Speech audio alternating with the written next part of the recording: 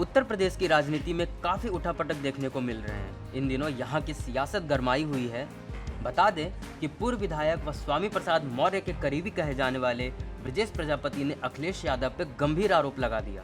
उन्होंने एक प्रेस वार्ता में कहा कि अखिलेश के द्वारा पीडीए के हित में कोई काम नहीं किया गया है। उन्होंने स्वर्ण समाज में शादी की, जिसके घर में स्वयं पीडीए नहीं है वो पीडीए की पीड़ा क्या समझेगा। इतना ही नहीं, प्रजापति ने आगे कहते हुए कहा कि अखिलेश राजा के बेटे हैं, वे एक लायक बाप की नालायक औलाद है। अखिलेश जी को पत्रों के माध्यम से समझाने का प्रयास किया गया, लेकिन उन्होंने प्रेस वार्ता नहीं की। सपा की प्राथमिक सदस्यता से इस्तीफा भी दे दिया। उन्होंने कहा कि पीडीए को आगे बढ़ाने का काम करते रहेंगे। 22 फरवरी को दिल्ली के तालकटोरा स्टेडियम में सभा कर नए विकल्प की घोषणा भी करेंगे। वहीं ब्रजेश प्रजापति ने नई पार्टी बनाने की बात भी कही है। उन्होंने कहा कि 22 फरवरी के बाद समाजवादी पार्टी समाप्त हो जाएगी। ब्रजेश प्रजापति 2017 में बांदा की तिंदवारी विधानसभा से भाजपा से विधायक भी थे। 2022 में स्वामी प्रसाद मौर्य के साथ भाजपा से बगावत कर सपा में शामिल हुए थे।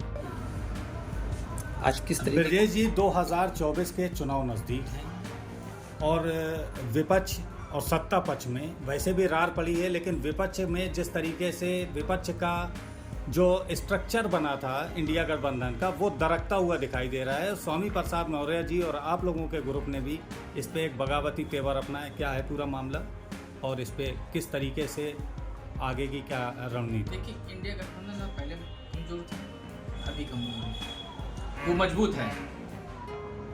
रही बात समाजवादी पार्टी की, तो हम लोग 14 जनवरी 2022 को समाजवादी पार्टी की सदस्यता लिए थे, इस उम्मीद के साथ में कि महापुरुषों के सपनों को पूरा कर पाएंगे। परंतु अफसोस, श्री अखिलेश यादव जी को बार बार समझाने के बावजूद भी उनके द्वारा पीडीए के हित में अर्थात बहुजन समाज के हित में कोई भी काम नहीं किया गया और चूक हम ही लोगों से हुई है।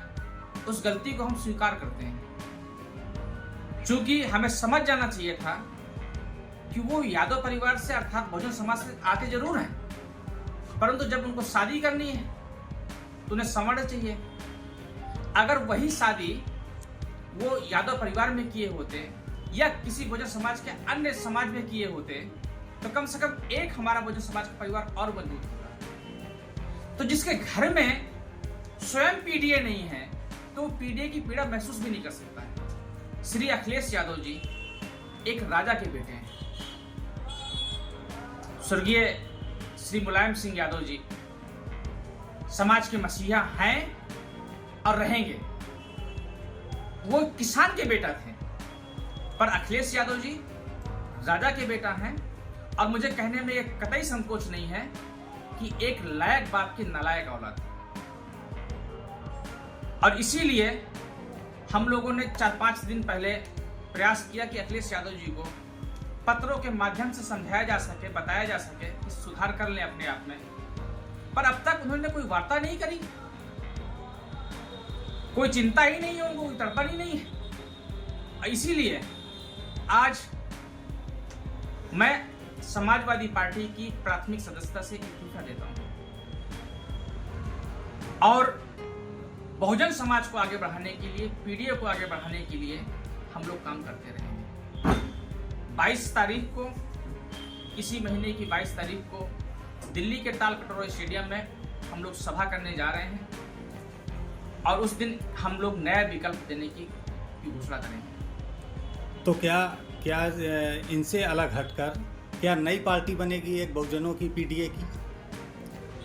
निश्चित है, चूंकि देश में दो ही विचारधारा है, एक मनुवाद की, एक ब्राह्मणवाद, एक अम्बेडकरवाद की। भाजपा में हम लोग इसलिए गए थे कि जिस तरीके से वो लोग बहुजन समाज पार्टी में सम्मिलित होकर के हमारी पार्टी को खत्म कर सकते हैं, तो हम लोग ऐसा क्यों ना करें। वो प्रयास रहा, काफी हद तक हम लोग सफल भी हुए। उत्तर प्रदेश में जितनी सीटें भाजपा पहले जीती थी उससे कम जीती और समाजवादी पार्टी की सरकार भी बन गई होती अगर अखिलेश यादव जी सही टिकट वितरण किए होते।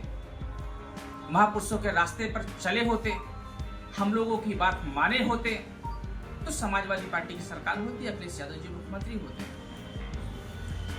परंतु ऐसा नहीं हो पाया। आज अंबेडकरवादी लोग हताशा और निराशा में जी रहे हैं। बहन मायावती जी मिशन को छोड़ चुकी हैं। श्री अखिलेश यादव जी से हम लोगों को उम्मीद थी कि शायद ये हमारा आदमी है तो कुछ ठीक करेगा, पर वहां भी निराशा लगी। इसलिए हम लोग मजबूर हो गए हैं कि नया ऑप्शन हमें देना चाहिए, नहीं इस विचारधारा को जिंदा कौन रखेगा। अच्छा विजय जी, इसमें समाजवादी पार्टी के जो विधायक हैं तो वो कितने आपके साथ हैं, कितने टूट के आ रहे हैं? मैंने पहले भी दावा किया कि समाजवादी पार्टी को और उसके विधायकों को 50% है और वो टूटेगा, ये तय है। और समाजवादी पार्टी 22 फरवरी के बाद में समाप्त हो जाएगी, खत्म हो जाएगी। और